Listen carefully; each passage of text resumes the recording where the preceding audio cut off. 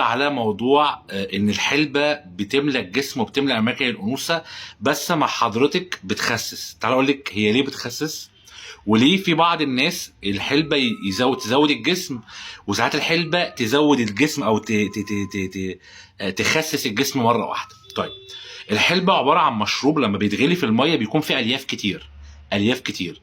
ولو انت من النوع اللي بتشربي بسكر خفيف او ما بتحبيش تحطي سكر، عايز اقول لك ان الحلبه تخش معدتك تملى الياف جوه معدتك فتحسي بشبع، فكل مش عاوزه تاكلي. فاهم قصدي؟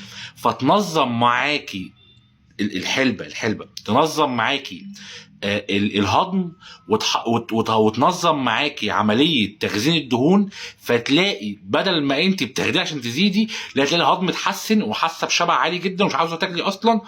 وتلاقي ان هرموناتك بدات تتظبط، بس جسمك عمال يخس يخس يخس يخس. اول ما تلاحظ ان الحلبه بتخسسك وانت عاوزها للتخن، على طول حاول تشرب حاجه اسمها مشروب مصري اسمه مغات. عارفه المغات اللي بيتعمل ساعه الستات اللي هي بتبقى لسه والده، بيعملوا لها مشروب مغات عشان تشربه وتتغذى، اللي هو مغات فيه مكسرات وكده. اشربي مغات على طول اللي فيها الحلبه، المغات اللي فيها الحلبه، لان الماده اللي جوه الحلبه الفعاله بتساعد ان هي تنظم الاستروجين جوه الجسم بشكل قوي جدا. تمام، فاشربيها مع المغات تديك المفعول اللي انت عاوزاه بالنسبه للتخن.